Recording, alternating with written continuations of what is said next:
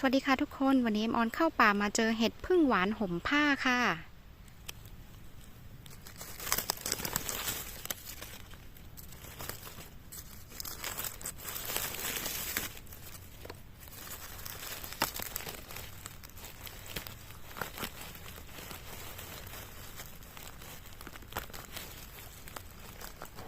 ทุกคนขาเห็ดใหญ่มากเลยค่ะแต่น่าเสียดายมากเลยนะคะที่ว่าน้องทากเนี่ยเจาะเข้าไปกินด้านในจนกรวงหมดแล้วค่ะ